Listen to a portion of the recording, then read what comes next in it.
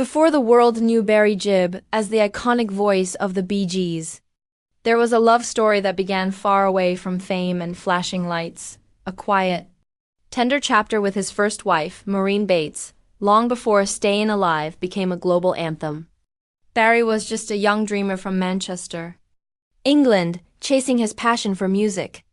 In the early 1960s, when he was only 19, he met Maureen, a kind-hearted young woman who believed deeply in his dreams. She wasn't from the entertainment world. She was simply someone who saw his potential and stood by him when few others did. Their connection grew quickly, filled with laughter, conversations about the future, and the hope of building a life together. In 1966, the two married, marking the beginning of what they believed would be a lifetime of love and partnership. But destiny had other plans. As Barry's career began to take off with the formation of the Bee Gees, life changed almost overnight.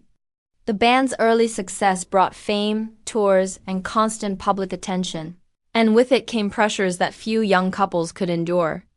The endless travel, recording sessions, and rising stardom began to take a toll on their relationship. Despite their affection for each other, the demands of fame created a growing distance between them. In 1970, just 4 years after their marriage, Barry and Maureen quietly divorced. There were no scandals or public conflicts, just two people realizing that their lives were moving in different directions.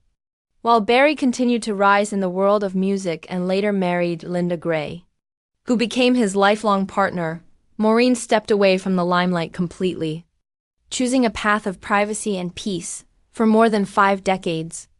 Maureen Bates remained silent about her time with Barry. She never sought attention, fame, or recognition from her brief marriage to a man who would later become a global superstar. She built a quiet, private life, content to watch from afar as Barry's career soared to unimaginable heights.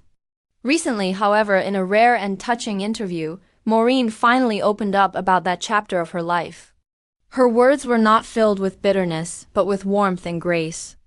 She described Barry as kind, ambitious, and full of dreams, recalling his passion for music even in those early days. She expressed her pride in all that he achieved, saying softly that he was always destined for greatness.